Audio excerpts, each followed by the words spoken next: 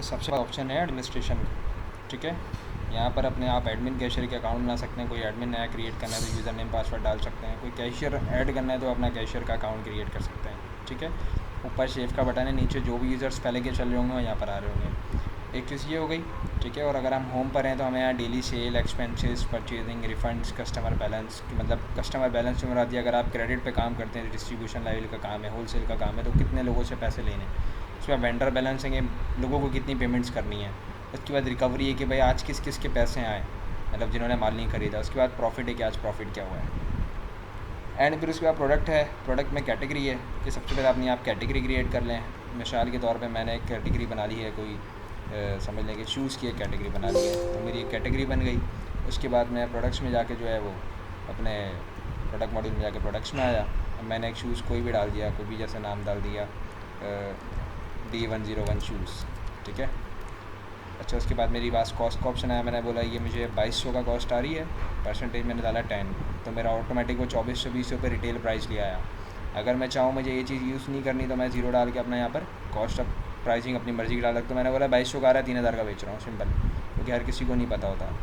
अच्छा, डिस्काउंट डालना चाहें तो डालेंगे आइटम पे, वरना फिर कैटेगरी उठाएंगे, शूज़ की कैटेगरी में आएगा, product bar code, generate bar code दबाएंगे तो प्रोडक्ट बार कोड बन जाएगा, ठीक है। क्वांटिटी की लिमिट क्या सेट करना चाहते हैं कि भाई 20 से नीचे आए या 10 से नीचे आए तो मेरी शॉर्ट स्टॉक की लिस्ट में आ जाए, और ये आइटम को हम सेव कर देंगे तो हमारा ये आइटम ऐड हो जाएगा नीचे। फिर ये आइटम हमारा यहाँ क्रिएट होकर आ जाएगा आराम से, ठीक है। ये मैंने ऐड करा है। उसके बाद जो है आइटम को बाय नेम सर्च कर सकते हैं, बाय बार कोड सर्च कर सकते हैं, बाय कैटेगरी कर सकते हैं, ठीक है। उसके बाद इसी तरीके से प्राइस चेंज करनी होती है, हम आइटम पे डबल क्लिक करेंगे, चेंज करेंगे और अपडेट सेव का बटन दबाने के तो ऑटोमेटिक वो चेंज हो जाएगी, ठीक है। उसके बाद जो है हमारे पास जो है वो पार्टी का मॉड्यूल आता है। पार्टी में हमारे पास कस्टमर है, वेंडर है। कस्टमर में आते हैं तो हमारे पास कस्टमर बनाने का ऑप्शन है, नाम, फ़ोन नंबर, एड्रेस वगैरह, नाइशी नंबर, किस सेलमैन के थ्रू ये पार्टी आई है। होलसेल वाले जो काम करते हैं उनके लिए कस्टमर का इंपॉर्टेंट होता है कि वो रिकॉर्ड ऐड करें ताकि उनकी पेमेंट्स को मेंटेन कर सकें, ठीक है। उसके बाद कस्टमर की कोई पेमेंट रिसीव करनी होगी तो आप यहाँ पर उसका नाम सेलेक्ट कर सकते हैं कस्टमर का, तो ऑटोमेटिक उनका बैलेंस लिखा हुआ आ जाएगा। मैंने एक कस्टमर उठाया, मेरे पास 1455 रुपये बैलेंस आ रहा है, तो मैं यहाँ पर उसकी पेमेंट की रिसीविंग कर सकता हूँ कि भाई वो किस बैंक से पेमेंट कर रहा हूँ। मिसाल है कि बैंक में मेरी पेमेंट आई है, कस्टमर ने मुझे आपको 1400 रुपये भेजे, अब वो किस बैंक में भेजें तो ऑटोमेटिक उस बैंक के अंदर जाके ऐड हो जाएंगे। यहाँ डिस्क्रिप्शन लिखने का भी ऑप्शन है, कुछ आप वाउचर नंबर, ट्रांजेक्शन नंबर लिखना चाहें तो इस तरह पार्टी का लेजर मेंटेन हो जाएगा। इसी तरीके इस तरह कस्टमर है, उसी तरीके से आपका वेंडर है। ये वो लोग हैं जिनसे आप माल खरीद रहे हैं। अभी जो हमने पीछे देखे वो कस्टमर से जिनसे आपको माल बेच रहे थे। उसके बाद वेंडरों का भी नीचे बैलेंस लिखा हुआ रहेगा, वही तरीके का है। पेमेंट में जाके वेंडरों के आप पेमेंट, जब भी उनको पेमेंट देंगे आपने यहाँ पर उनका नाम सेलेक्ट करा, अमाउंट लिखी हुई आ रही है, हमने यहाँ पर सेलेक्ट करा कि भाई मैं जो है वो बैंक अल हबीब से कर रहा हूँ, तो बैंक अल हबीब से ऑटोमेटिक वो डेबिट हो जाएंगे। कस्टमर के होंगे तो क्रेडिट हो जाएंगे।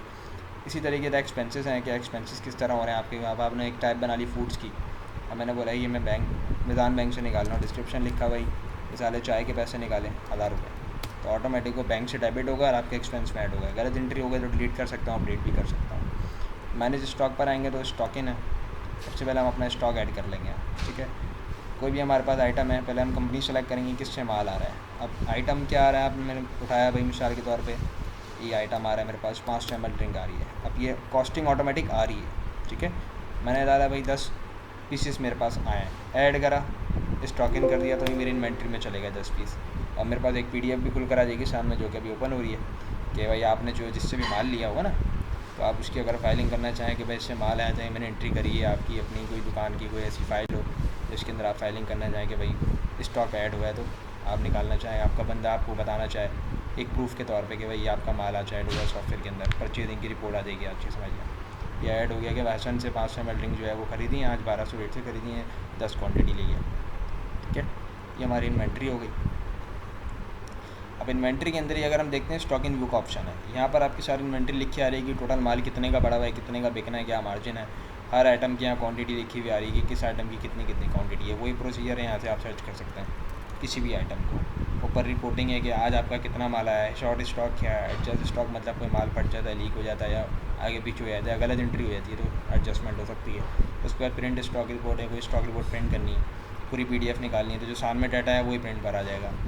उसके बाद जो है वो शॉर्ट स्टॉक आ गया आपका। इनवाइसिंग आ गई, नॉर्मल जो पॉज सिस्टम में होती है, ठीक है, इनवाइसिंग आ गई। अब इसके अंदर आप आइटम सेलेक्ट करेंगे, मैंने कैलकुलेट उठाया, मैंने बोला भाई 3 पीस बेच रहा हूँ, ठीक है। इसके बाद मैंने जो है वो कोई और आइटम उठा लिया, तो कोई और आइटम भी मेरे पास इसी तरीके से बिल्कुल प्रोसीजर यही होगा। मैंने उठाया, मैंने बोला ये भी 3 पीस बेच रहा हूँ। अब मेरे पास नीचे टोटल हो गया 1209 रुपये का बिल हो रहा है, डिस्काउंट कुछ नहीं दिया, 2 आइटम है, क्वान्टिटी टोटल 6। या पेमेंट पे अगर कस्टमर ने मुझे कैश का कस्टमर या क्रेडिट का, अगर कैश होगा तो मैं सिंपल लिख दूँगा 1209 का बिल है, मैंने लिख दिया, बंदे ने आपको 2000 दी, तो ये ऑटोमेटिक बता देगा 791 रिटर्न करना। अच्छा, अगर यही चीज़ क्रेडिट की होगी तो ऑटोमेटिक क्रेडिट पे बोलेगा कि भाई आप कस्टमर सेलेक्ट करोगे किस पार्टी की आप लेजर में एंट्री करना चाह रहे हो। मैंने बोला अनस मेरे से उधार पे माल लेके गया है, जनरेट बिल करूँगा, ऑटोमेटिक वो अनस के लेजर के अंदर रिफ्लेक्ट हो जाएगी एंट्री, ठीक है। ये हमारी इनवॉइसिंग है। वरना अगर आप उधार पे काम नहीं कर सकते, सिंपल आप आइटम सर्च करो, लिस्ट बनाओ और ऑटोमेटिक बिल बन के आपका प्रिंट सामने आ जाएगा, ठीक है। ये भी चीज़ क्लियर हो गई। उसके बाद आपका रिफ़ंड का मॉड्यूल है कि रिफ़ंड में आप परचेज़ रिटर्न कर रहे हो या कस्टमर की। रिफ़ंड मतलब ये है कि कस्टमर से जो रिफ़ंड हो रहा है, यहाँ पर आप इनवॉइस नंबर लिखोगे तो ऑटोमेटिक रिटर्न बन जाएगा। इस तरह आप अगर परचेज़ रिटर्न पर आओगे तो परचेज़ रिटर्न मतलब जो वेंडर होगा, अगर माल वापस जा रहा है, कोई फट गया, लीक हो गया, कंपनी वाले को वापस करना है तो वेंडर को वापस कर सकते हैं। उसके बाद सेल्स व्यू का ऑप्शन है। अब यहाँ पर आपकी सेल आ रही होगी 1518 की आज सेल है, 1000 रुपये के खर्च हुए, क्रेडिट हुआ 1209 रुपये का, 1200 रुपये की परचेज़ हुई है, माइनस में कैश आ रहा है। ऊपर उल्टे आते आपका ग्रॉस प्रॉफिट भी आ रहा है कि 168 रुपये का आपका प्रॉफिट हुआ है, 11% मार्जिन पर आपका आज ये काम है। अब ये चीज़ अगर आप डेट वाइज, मंथली, ईयरली, कोई भी आप डेट्स का फिल्टर लगाते हो, आपका पूरे महीने का हिसाब किताब आ जाएगा कि आपने 5740 की सेल करी, एक्सपेंसिस बढ़ गए, रिफंड बढ़ गए, रिकवरियाँ बढ़ गई, वेंडर की पेमेंट, मतलब ईच एंड एवरीथिंग, ठीक है। उसके बाद अपनी कैटेगरी वाइज रिपोर्ट देख सकते हो भाई। अगर मैं शूज़ की खाली रिपोर्ट देखना चाहूँ, मैं मेडिसिन की खाली रिपोर्ट देखना, मैं ड्रिंक की देखना चाहूँ, टैबलेट की देखना चाहूँ कि भाई आइटम क्या रिपोर्टिंग है, तो मैं यहाँ से अपनी आइटम वाइज रिपोर्ट भी देख सकता हूँ। आइटम वाइज रिपोर्ट लमसम भी आ जाएगी। कैटेगरी वाइज सर्च करोगे तो आपकी मेरे पास सेल आ गई भाई 500 ml 13 बिकी, इतने की अमाउंट है और ये प्रॉफिट हुआ, ये सारी चीज़ें लिखी हुई आ गई यहाँ पर। हर रिपोर्ट आपकी PDF में जनरेट हो सकती है। या कस्टमर रिपोर्ट्स पर आएंगे तो कस्टमर की आइटम की रिपोर्ट है, प्रॉपर डिटेल रिपोर्ट है, कस्टमर का लेजर है। किसी भी कस्टमर का मैं अगर नाम सेलेक्ट करूँगा, उसका लेजर खोलूँगा तो मेरे पास जो है उसका प्रॉपर एक लेजर खुल जाएगा कि भाई आपने पूरे महीने में इससे क्या काम करा है, लेजर खुल जाएगा सामने, वो भी देख लें। ये पूरी मेरे पास PDF फाइल आ जाएगी। इसके अंदर किस तारीख को मैंने क्या इनवॉइस नंबर पे क्या आइटम लिया है, क्या लेना हुआ है, देना हुआ है, पूरी डेट ऊपर लिखी हुई आ रही है। PDF भी आप यहाँ से बना सकते हैं। यहाँ पर ऑप्शन PDF के मौजूद है, PDF का ऑप्शन आ रहा है, एक्चुअली का ऑप्शन आ रहा है, ठीक है। उसके बाद जो इसी तरीके से बिल्कुल इस तरह कस्टमर है, इसी तरीके से वेंडर है। अगर वेंडर का मैं हसन का डिटेल देखना चाहूँगा, हसन का लेजर खोल लूँगा, हसन का पूरा लेजर खुल जाएगा मेरे पास कि हसन से मेरे पूरे महीने में क्या हिसाब किताब चला है। मतलब इसको आप वेंडर कह लें या परचेजिंग वाला बंदा कह लें या सप्लायर कह लें, एक ही बात है। इसमें क्रेडिट डेबिट का चक्कर है। रिफ़ंड एंड रिकवरी की रिपोर्ट है। एडजस्टमेंट ट्रांजेक्शन मतलब अगर आपने कुछ माल ऊपर नीचे करा होगा तो उसकी रिपोर्ट आ जाएगी। पेमेंट मोड समरी आ जाएगी, मतलब अगर आज आपने सेल करी तो कैश कितनी हुई है, ऑनलाइन कितनी हुई है, रिटेल के काम में ऐसा होता है, क्रेडिट कितनी हुई है, सारा हिसाब किताब आ जाता है, ठीक है। उसके बाद सेलमैन की समरी है कि अगर आप सेलमैन की रिपोर्ट देखना चाहोगे किस सेलमैन ने कितनी सेल करी है तो वो भी आप देख सकते हो, सेल की हद तक, ठीक है। इसके बाद प्रॉफिट एंड लॉस की रिपोर्ट है कि प्रॉफिट एंड लॉस की पूरी स्टेटमेंट तैयार हो जाती है कि भाई आपने अपने पूरे कारोबार में ओवरऑल करा है, क्या है क्या नहीं करा है, टोटल सेल आपकी इतनी हुई, रिकवरियाँ इतनी हुई, एक्सपेंसेस ये हुआ, एक्सपेंस की कैटेगरी के भाई कॉस्ट कितनी हुई, इसमें रिफंड्स कितने हुए, ग्रॉस क्या हुआ है, फूड एंड सैलरीज में क्या हुआ है, नेट इनकम आपकी क्या बनी है, पूरे महीने की जब भी आप खोलेंगे रिपोर्ट निकल कर आ जाएगी, ठीक है। उस पर लास्ट होल्ड प्रोडक्ट पे जाएंगे तो बता देगा भाई आखिरी प्रोडक्ट आपने क्या बेचे हैं। स्टॉक रिपोर्ट पे जाएंगे तो वो बता देगा। यूज़र वाइज रिपोर्ट पे जाएंगे तो वो बता देगा कि अगर आपका 3-4 लड़के काम कर रहे हैं तो कौन सी यूज़र की क्या रिपोर्ट है। अगर मैं अनस सेलेक्ट करूँगा, चलो मैं एडमिन कर लेता हूँ। यूज़र वाइज सेल देखनी है, यूज़र वाइज समरी देखनी है। मैंने यूज़र वाइज सेल देखनी है तो मैंने यूज़र वाइज सेल पर क्लिक कर लिया।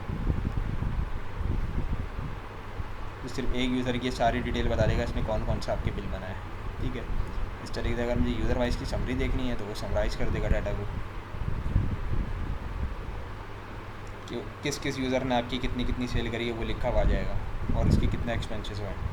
कोई बंदा अगर आपके 2-3 लड़के सॉफ्टवेयर यूज़ करते हैं तो वो सारी चीज़ें भी ऑपरेट हो जाएंगी, ठीक है। बाकी ये है कि एडमिनिस्ट्रेशन है, यहाँ पर ID पासवर्ड वगैरह भी चेंज कर सकते हैं। एक्सपेंस की रिपोर्ट देख सकते हैं, भाई फूड्स की मद में आपके कितने खर्च हो रहे हैं तो वो डायरेक्ट यहाँ भी देख सकते हैं, ठीक है। और बाकी सेलमैन की भी डिटेल देख सकते हैं। अगर मैंने समीर की डिटेल देखनी है, मैंने समीर का नाम सेलेक्ट करा, बता देगा समीर की पूरे महीने की सेल कितनी हुई है, ये सारी चीज़ें। बाकी मेन पे तो आपको ओवरऑल सारी चीज़ें बता रहा है। बैंक्स के अंदर ये है कि ये बता देगा कि कौन से मैदान में आपकी कितना बैलेंस है, कैश कितना बैलेंस है। जितने ही बैंक आप ऐड करना चाहें ऐड बैंक का ऑप्शन है। जितने भी तरीके से आप लोग पेमेंट लेते हैं तो वो यहाँ सारे पेमेंट मोड अपने ऐड कर सकते हैं। ये सारी चीज़ें थी। बाकी